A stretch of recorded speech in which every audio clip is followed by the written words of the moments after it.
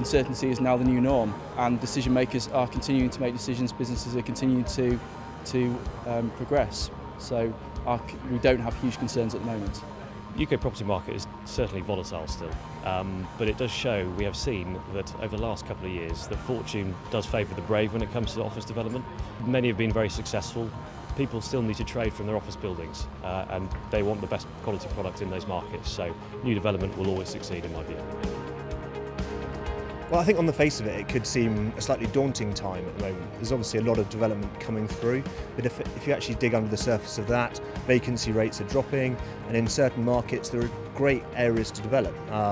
And I think that you need the right advice, but there's certainly great opportunities out there. There's definitely a shortage of stock. I think there's a shortage of grade A stocks at the top end, but also that sort of grade B plus stock.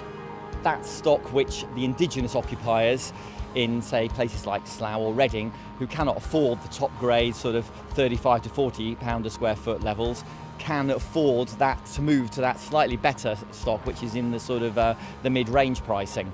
Most of it is to provide choice. It's very simple. High specification buildings that present excellently, they need to provide choice and the ability to fit out and respond to occupiers' needs. And that includes the full amenity offer as well as public realm and generosity on that level. I think there's going to be a real change in the way leasing is driven. I think landlords do need to react. I think companies like WeWork have really transformed the way that offices work, and landlords have to move with the times.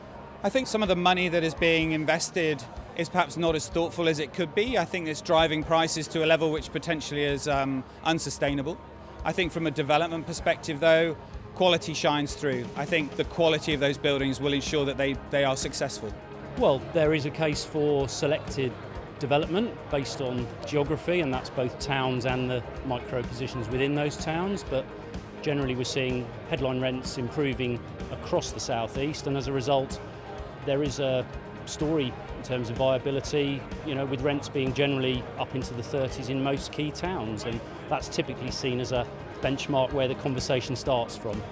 Overall, very positive, particularly around the Leeds market and where CEG as a business is positioned within that market, and our opportunity to deliver a much needed supply of good quality, well positioned office stock over the next 3 to 4 years and beyond. Well, we're based in Manchester city centre, so there's a possible lack of supply of grade A space in the city centre at the moment, but that's soon going to change with 3 new schemes underway, providing 250,000 square feet of new build to the market and a further 1 million square feet on the planning stage as future phases which will come forward over the next few years, subject to demand. For us, key is flexibility and adaptability.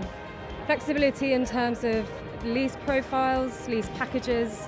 We try and be as progressive as we can, and adaptability and flexibility in respect to the physical product that we're actually building out. So making sure that our product is flexible for the future occupier of today and tomorrow.